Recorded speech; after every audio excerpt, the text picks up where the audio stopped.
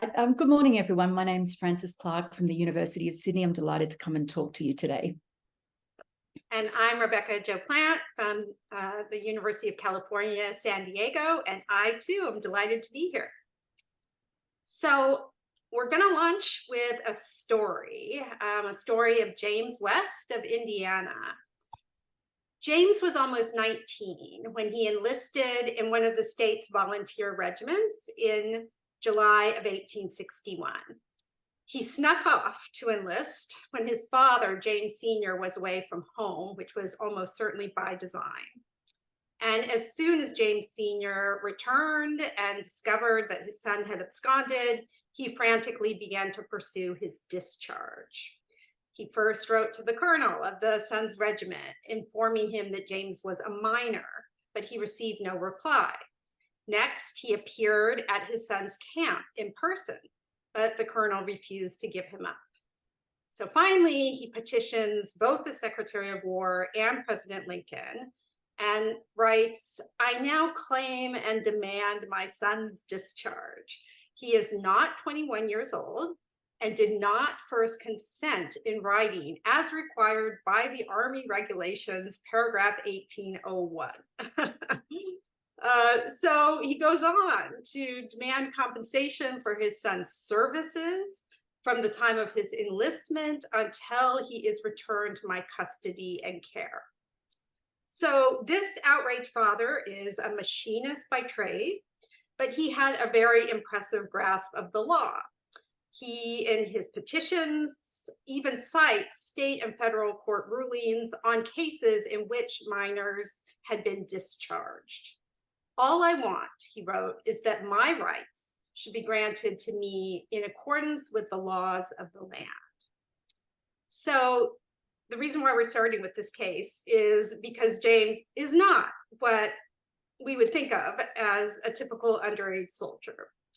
Much has been said and written about drummer boys and boy soldiers in the Civil War, but the focus typically is on the youngest and smallest boys like Johnny Clem, who I'm sure these images are familiar to you, as he was one of the most photographed subjects of the war.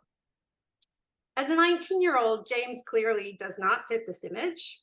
In fact, today, the very idea of a 19-year-old underage soldier seems like a contradiction in terms, because Americans now accept 18 as the minimum age of enlistment for service. Nor would James meet the current UN definition of child soldier, which is anyone under the age of 18.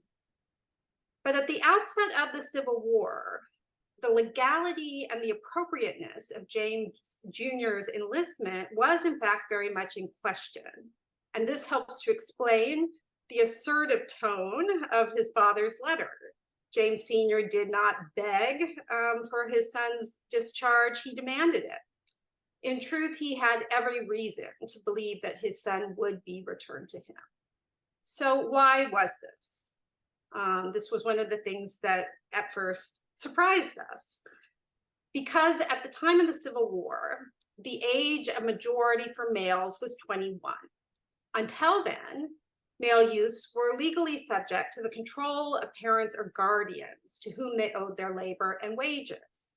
Therefore, for a youth below age 21 to enlist, he had to get the consent of his father or guardian. Now, since the nation's founding, the United States placed a premium on ensuring the independence of free white household heads like James Sr. and their ability to wield authority over their dependents. This is reflective of the political ideas of the new nation, but it also had a really practical component. The labor of young men was critical in sustaining households.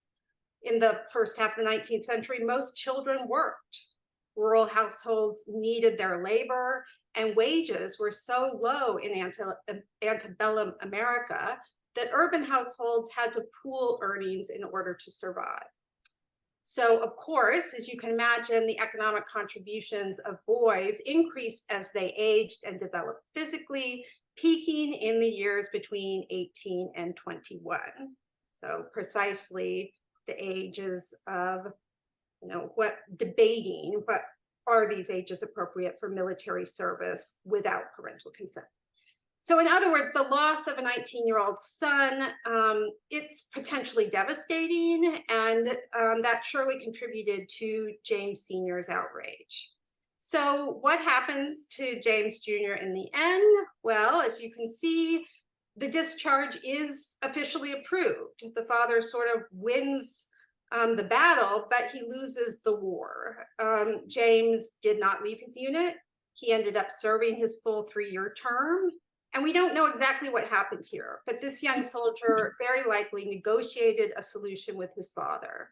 Perhaps he promised to send all of his military pay home, or a portion of it. Or perhaps he simply threatened and said, look, Dad, he wouldn't have said Dad, of course. Father, I will go and enlist in another regiment if you force me to be discharged. Now, by February of 1962, this debate would not have been occurring. Basically, the US Congress responds to manpower needs by changing the law so that youths from the age of 18 up no longer need parental consent. But here we see that even before this legal change, the context of war had undermined parental authority. And this letter, it's just one of thousands, tens of thousands of similar letters funneled to the Adjutant General's office during the war. So what we're doing in our book is we're wading through these cases, making sense of them, and showing that underage enlistment was in fact a huge problem and a very consequential one, with significant political and legal ramifications. And we start the book by noting that 10% of soldiers in the Civil War were under the age of 21. So not the 1.5% that previous scholars who are looking at official military records have suggested. It's not the number of cases alone that's significant, of course. In one sense, it might not matter if you enlist at the age of 17 versus the age of 18. The number of cases matter not necessarily due to age itself, but due to parents' reactions to the cases and what those reactions can tell us about how the Civil War transformed military power. Most of you will be aware that the US Army and Navy are minuscule prior to the Civil War. This is because the founding generation deeply feared the corrupting influence of a standing army on the Republic. To prevent the centralization of power, the founders retained an old colonial militia alongside the creation of a small force of regulars. So they create this dual military system. The rules governing these two forms of service were completely different. So in the small US Army and Navy, if you enlist pre-Civil War, you'll be signing a 5-year contract. You'll probably be sent to a distant location.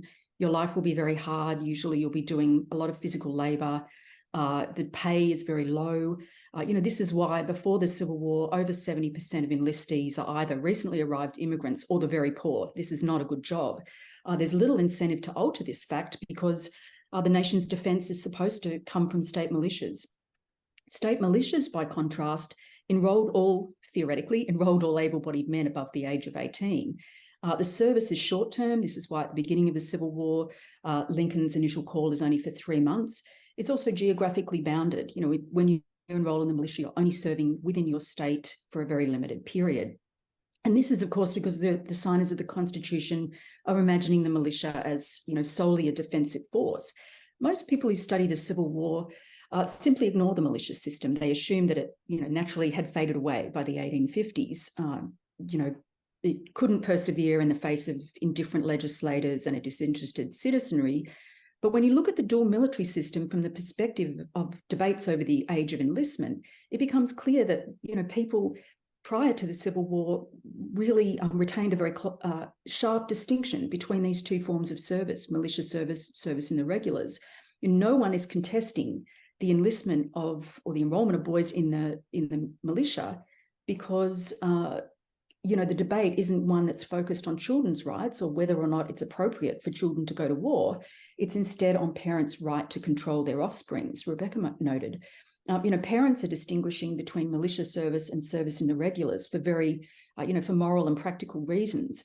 If your son enrolls in the militia, he's going to enroll alongside probably you and members of the community. He's going to stay within your state, and that service will not alter his legal status. It doesn't change him in any way. Enrollment in the regulars, enlistment in the regulars is a very different matter. You'll be sent far away from home, among strangers, and the moment you sign the enlistment contract, you're legally emancipated. You're entitled to own your own, make your own decisions, retain your own earnings. Parents are not the only ones prior to the Civil War who are making this distinction. Judges and legislators are passing laws, making rulings that regularly upheld parental rights over sons who were under the age of 21, who'd signed enlistment contracts without their consent. Scholars note that by mid-century, they're right to note this, the militia system is a bit of a messy disaster on the ground. Men aren't turning out, legislators aren't paying for equipment. Nonetheless, these legal and political, in the legal and political arena and in people's minds, there's nothing irrelevant about this distinction between these two forms of service. And one of the things we're showing in the book is how this distinction breaks down during the Civil War. So by early 1862, as Rebecca said, enlistees are accepted from the age of 18 without parental consent. So that sort of, brings the US military in line with the old militia tradition. And militia statutes are rewritten during the war, effectively to remake the US militia into a subordinate wing of the US military. But basically before the war, militia service it's about local defense. After the war, national imperatives will predominate. And you can see this in the changed name of the militia. They're no longer state militias, they're now the National Guard. What's the significance of this transformation? I mean, when scholars think about the Civil War's impact on the military, they're typically imagining that the war is the sort of pinnacle of the citizen soldier tradition. Men are, rushing to enlist. Most of them are volunteering. Only a minority are conscripted, at least on the Union side. Naturally, everyone acknowledges that the war sort of validates the US military. This is the institution, of course, that has preserved the nation. But most scholars assume that things went back to the way they were pre-war in 1865. That is, the army shrinks right back, so not a lot has changed. We're arguing, in effect, that a great deal has changed because these laws have been passed, precedents set that will eventually allow for the unlimited expansion of the US military.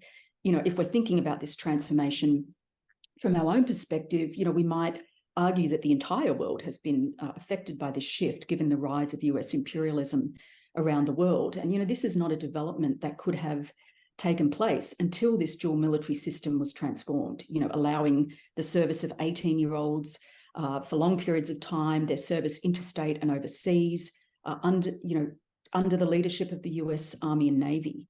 I guess most scholars would probably date this development to the 20th century when the US expands, into the Philippines. We're really arguing that the important changes are taking place during the Civil War.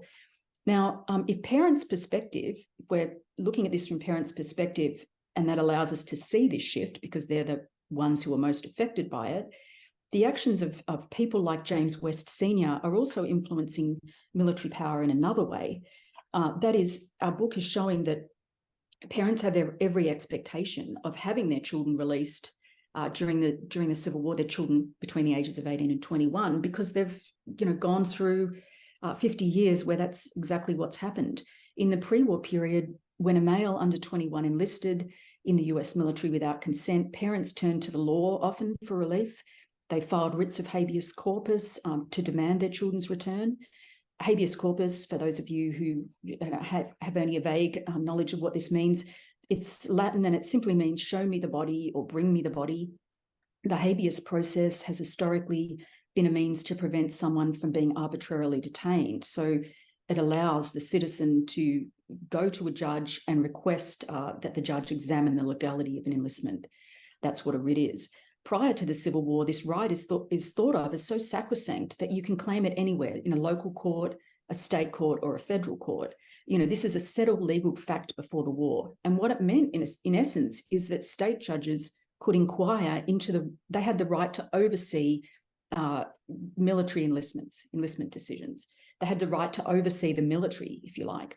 What happens during the Civil War, we show, is that there's so many of these cases, so many James West seniors filing for writs of habeas corpus in state courts, that officials start to fear that, state judges are draining the military of its strength.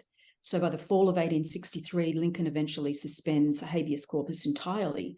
And this is another theme of the book, actually. When most people think of habeas corpus, they're imagining the government trying to stem the tide of petitions of anti-war activists, people who've spoken or acted against the war. And we're showing, in effect, that the vast majority of habeas petitions are actually parents seeking the discharge of their children, the vast majority. The federal government's decision to strip state courts' ability to release underage soldiers is initially temporary, so they suspend habeas corpus, but then at the end of the war, they lift that suspension and parents go right back to using the state courts to demand the release of their children. So the federal government looks to the US Supreme Court for relief. In an 1872 case called Tarbell's case, the Supreme Court weighs in on the government side in a legal decision over the case of an underage soldier. And in that case, they decide that state courts will no longer have the ability or the right to oversee any confinement on a federal level. As one scholar says, this is one of the greatest reversals of American federalism. It meant in effect that the US military could no longer be questioned by state courts, something that has been routine before the war. So a book is partly sort of trying to trace this big legal shift coming on the heels of a lot of parental dissatisfaction over the number of boys and youths who are signing up. Yes, and just to echo Francis here, Tarbell's case is a case that explicitly references the Civil War. It had to do with an underage soldier in the post-war period, but the decision looks to the chaos that was created by these habeas cases during the Civil War to justify its ruling. So these big issues were not where we started, of course. When we began our research, the first thing we were just trying to figure out, like, what is happening, what's going on. And one of the first things we did was to try to determine, when does underage enlistment first come to be seen as a problem? When did armies around the world start setting age limits for military service? And when they protested underage enlistment, exactly what concerns, aside from legal rights and the economic needs we've talked about, what concerns are parents and guardians raising? So one of the most common themes appears in our next case, which involves 14-year-old Thomas Hemming. He's from Northern Ohio, was working in a telegraph office in the first year and a half of the war. But then in September of 1862, he runs off and enlists, claiming to be 18 years old. Now, by this point, Thomas's mother is long dead. The father had abandoned the family. So the person he's defying, his guardian, is actually his older brother, George. At first, Thomas serves as the regimental marker for, yes, this is an example of a regimental marker. You can see he's quite young, and basically he's helping to show troops where they need to go while they're drilling. And this is a role that was often filled by youth. But by December, he's been issued a rifle and outfitted as a regular soldier. And it's at this point, not before, interestingly, it's at this point that George seeks to get Thomas discharged. In his letter to President Lincoln, he frets that being forced to carry all the equipment of a private soldier on long marches would impair Thomas's growth and health. George also solicited a letter from his brother's captain, who agreed that Thomas was too small for a soldier, underscoring soldier, and ought to be discharged from the service. So this is actually pretty unusual. Officers tended to oppose such requests for discharges, as you might imagine. But he gets that support, and then he goes further and appeals to his representative to Congress, who then takes the two letters, adds his own endorsement, and goes to the Secretary of War, hands this off. And as we were reading cases like this for the first time, we're thinking, well, surely this will be enough, right? This is going to be enough to get a boy of, by this point, 15, discharged from the Union Army. But it's not. It is not. George instead receives an officious circular informing him that the War Department could no longer discharge minors. As for Thomas, he remained in the service, even gaining promotion to corporal before dying from wounds sustained at the Battle of Chickamauga. Now, several things stick out about petitions like this one. First, the concern from the beginning was less, and this holds true for other petitions as well, it's less that Thomas might get killed in battle, but instead that he lacked the requisite strength to serve and that such service would stunt his physical development. As it turns out, this is a relatively new concern. One of the benefits of looking at debates over underage enlistment across the entirety of the 19th century, we actually began the book with a chapter on the War of 1812, is that it becomes possible to see how people's views on this issue changed over time. So for instance, there was copious criticism of underage enlistment during the War of 1812, but although critics of the practice put forward every argument they could think of, no one at the time is saying that an individual below a specific age is intrinsically unqualified to serve, that some age-specific disability lurks within the body of an otherwise hardy, hale-looking youth. So what we discovered is that age came to be a factor as the nature of warfare shifted across the Anglo-European world. Towards larger scale armies, more complex battlefield tactics, etc. By the 19th century, military theorists had begun trying to standardize troops' characteristics to ensure that everyone was strong and capable enough to keep in lockstep with their peers.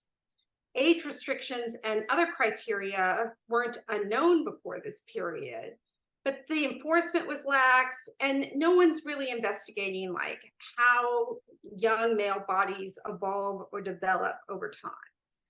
So one of the things that we show is that British and European militaries are extremely interested in this topic. And by the mid-19th century, military recruiters and army doctors have begun to focus intensively on this link between chronological age and human growth, especially in the period from puberty to maturity.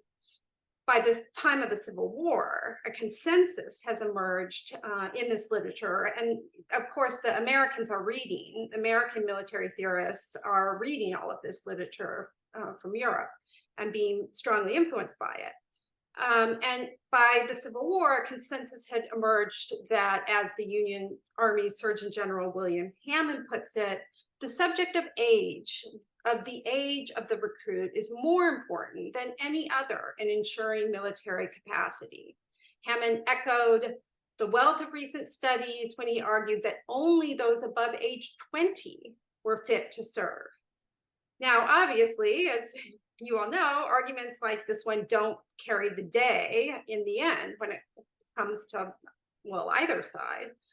From early on in the US military forces, boys are enlisting at age 18 with consent and then without consent.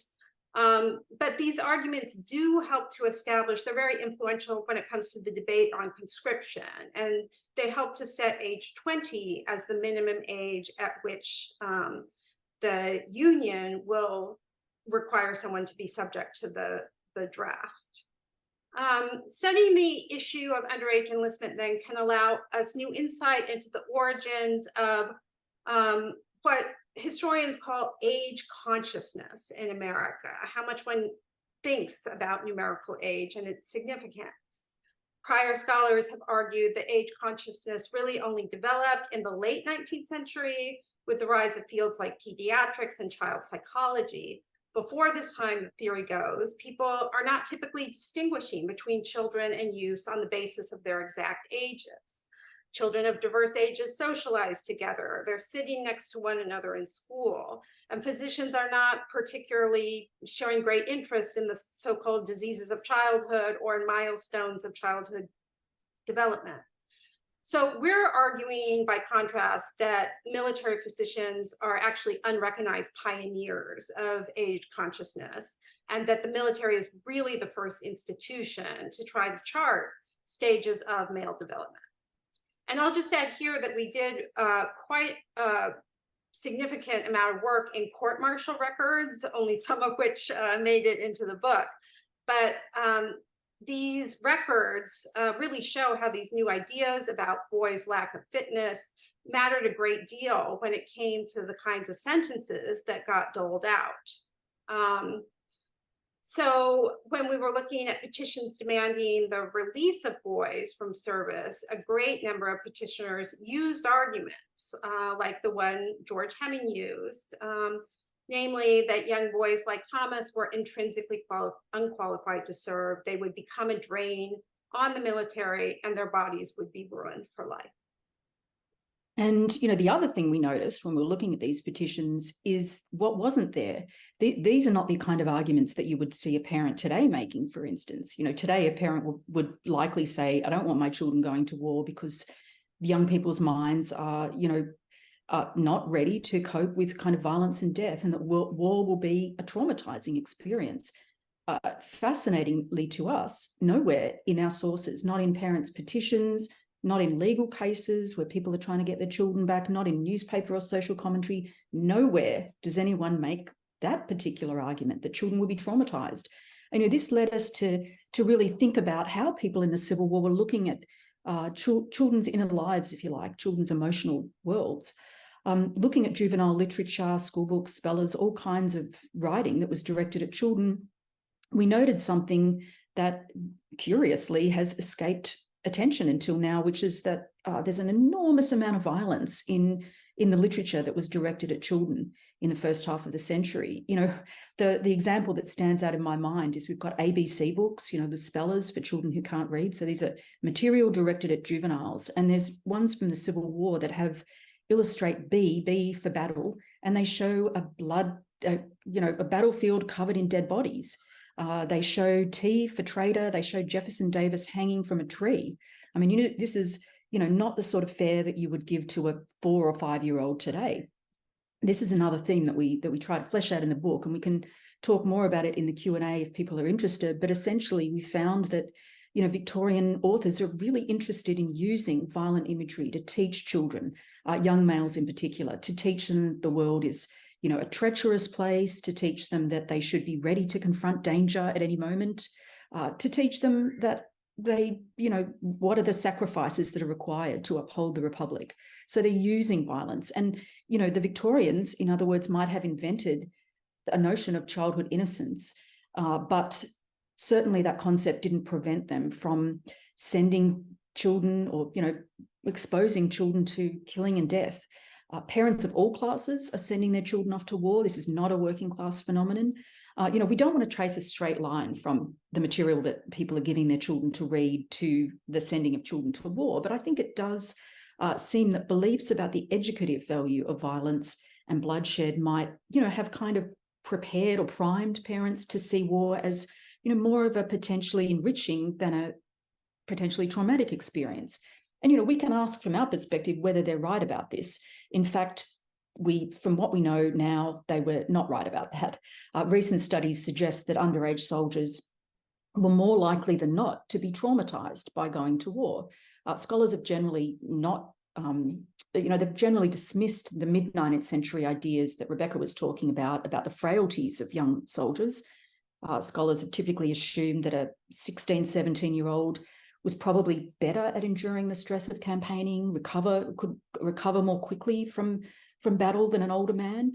But compilations of Civil War data have challenged these ideas, especially studies that rely on the Early Indicators Project, which is a massive collection of Civil War data of Union soldiers. It contains their enlistment records, their pension records, and a whole lot of other records. Well, studies that come from this database, one study, for instance, shows that veterans who enlisted below the age of 18 were a whopping 93% more likely to experience illness or mental or physical diseases later in life than someone who'd enlisted under the age of 30. You know, of course, this is not the case for every underage enlistee.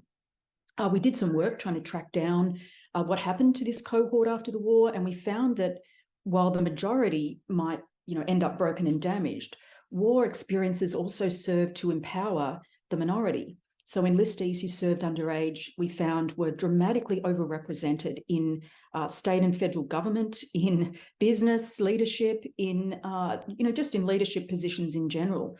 You know, so for instance, the last 50 commanders of the Grand Army of the Republic, of those 50, 30 of them were underage.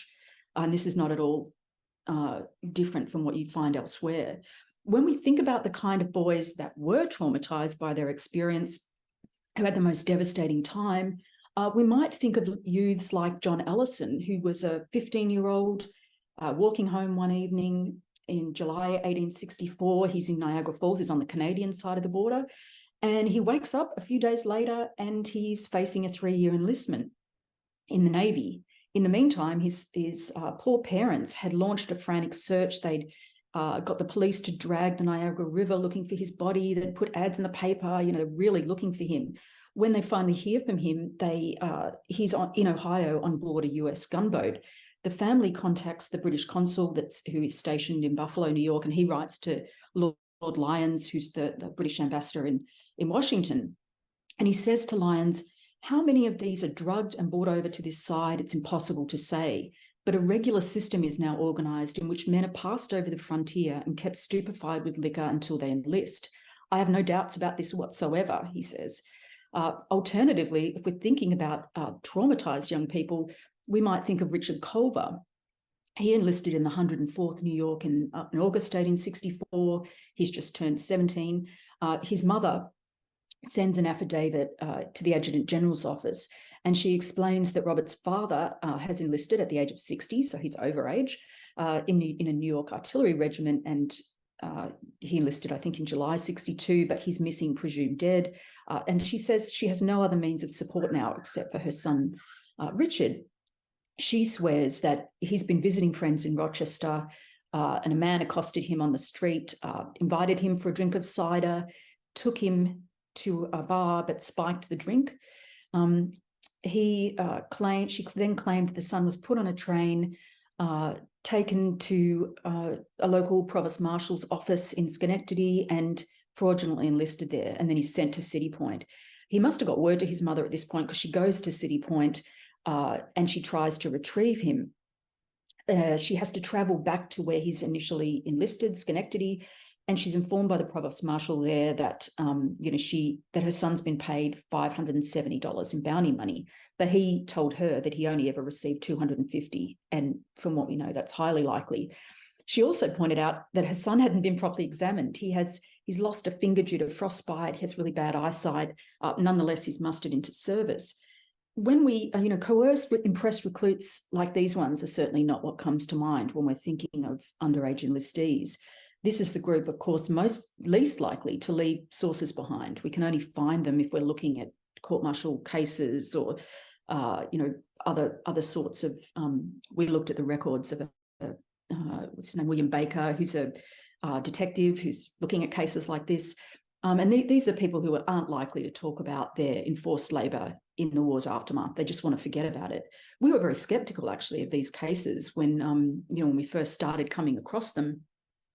We imagined that these were maybe children who wanted just to get out, or maybe their parents who were, coming up with excuses to, get their children released. But the more we dug, the more we looked at court-martial records, newspaper accounts, military records, the more of these cases piled up, and they can't all be exaggerations. It became clear that what we would now call human trafficking was actually quite common during the Civil War, and it's quite common especially among the young. The two cases above are late in the war, and this is not at all coincidental. When we started looking at this topic, of impressed youths, we discovered that forced labor was common in both the Union and the Confederacy. In the Confederate states, you might know that both enslaved and free Black boys are being commandeered for manual work. They're being commandeered to serve in camp. White males are sometimes being used as substitutes. But contrary to what we might suppose, coerced labor of white youths was actually a lot worse in the Union by war's end, especially after 1864. And this is for a couple of reasons. One is that the Confederacy doesn't have substitution policy in effect for very long. It's only in effect from April 62 to December 63. So after that, there's a massive public outcry in the Confederacy and they get rid of the substitution policy entirely. The US keeps the policy of substitution right until the end of the war. We show over time that the young males basically become the largest group of potential substitutes. Right, everyone else who would enlist had already enlisted. So this is the biggest group that you can call on to become a substitute, and they're also the easiest group to scam or coerce. They're younger, more innocent, more frail. By 1864, if you're a wily substitute broker, you can make hundreds by, enlisting an underage youth, maybe lying about his bounty and pocketing some of it. Maybe that's what happened in Culver's case. Maybe you get the young person drunk. Maybe you just corner him in a dark alley after he's received his full bounty. The other reason that the problem of forced labor is worse in the US than the Confederacy relates to government policy. Over time, what we show is that the US is really cracking down on underage enlistees, which is making it much more difficult for people to gain release once they've been enlisted. You can sort of see the War Department tacking back and forth, desperately trying to deal with what was a really large-scale problem of underage enlistment, trying a set of different strategies. So at the start of the war, anyone under 21 must get parental consent. They changed that policy fairly quickly to, you can enlist at the age of 18. Early in 1862, the War Department decrees that no one will get out. If you lie about your age, that is essentially the age that, if you said you're 18, in effect, they accept that you've said 18. There'll be no more discharges on account of minority. Once that rule came into effect, many parents started turning to the courts for relief, filing writs of habeas corpus. Lincoln, of course, closes off that route by late 1863, and he makes a point of telling judges the suspension of habeas corpus includes underage writs for underage enlistees. So by this point, it's actually almost impossible for underage enlistees to get out. The only way you can get out is by writing to the Secretary of War, Edward Stanton, and he's the only one who can grant a discharge, and he won't grant any discharges. He's really hard-nosed. So this is how things stood at the beginning of 64, and they would have remained that way except for the concerted efforts of parents and sometimes their political representatives who were really pushing back against that policy. There's so much anger over this in Congress that military officials received so much anger that Congress is forced in July 64 to pass a new law specifying that the Secretary of War must release anyone who has the right documentation and who's paid back the full bounty. So by the end of 64, there's only the narrowest window through which you could get discharged if you're an underage enlistee, something that's really exacerbating the problem of underage enlistment. I mean, Richard Culver's mother was probably lucky in a way because she's filed an affidavit after Stanton's been told he has to release people if there's the right documentation. And she clearly had it. She has paid back his discharge and she's delivered documentation relating to his age. I should say, so this is the discharge. You can see here, Lincoln, this is in Lincoln's hand. He's written, "Let this boy be discharged on refunding any bounty received," and then he signed. She hasn't just paid back the $250 that her son received. She's had to pay back the full amount listed against his name, which is $570. So most parents are not as lucky as this mother. We found a great deal of evidence of forced labor in the US of young Black boys, kidnapping, being compelled to act as substitutes for white enlistees. We found evidence of young white boys who were threatened, cajoled, outright kidnapped into service. Hundreds, possibly thousands of boys like John Ellison who were seized from the Canadian border, the immigrant boys who were snatched off the docks, boys in reformatories who were enlisted straight out of the reformatory, people plucked off the streets running errands. And once they've been enlisted, they just can't get out for the simple reason that most people do not have the money to pay back the bounties that have been usually stolen from them. So by this point, some of you are no doubt wondering, well, what about the Confederacy? There are many similarities, but also key differences in terms of how the two sides dealt with underage soldiers. But first, it's important to underscore two things. We can quite confidently say, based on the research we did, that 10 or 11% of Union soldiers enlisted when still under the age of 18. We cannot offer an estimate for the Confederate side due to the much less complete state of Confederate sources. Many service records don't include an age, false or not. That said, and this is the second key point, our research suggests that the widely shared perception that the Confederacy was much more willing to enlist underage boys, that it enlisted from cradle to grave, is mistaken.